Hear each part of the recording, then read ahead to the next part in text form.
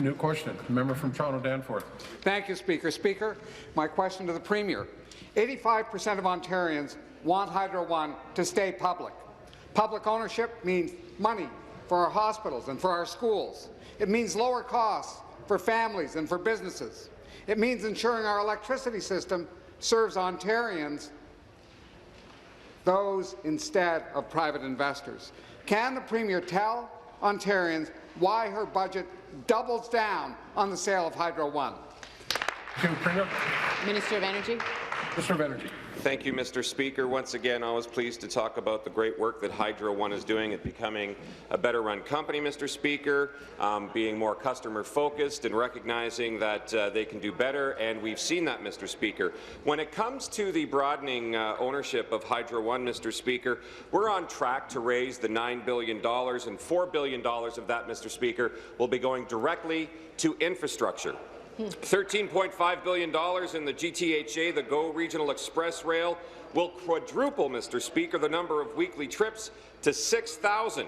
$5.3 billion in the Eglinton Crosstown LRT, tripling the Ontario Community Infrastructure Fund to $300 million, Mr. Speaker, which will then continue to see more infrastructure built in this province. We're building Ontario up, Mr. Speaker. We're creating jobs, and Hydro One and broadening the ownership of that is one small part of our overall plan, Mr. Speaker. Supplementary.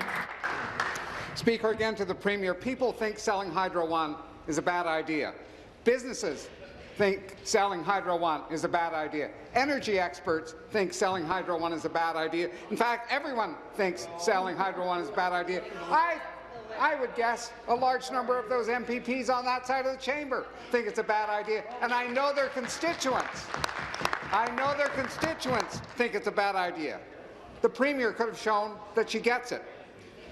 The budget could have stopped the sell-off. People got a message from the budget.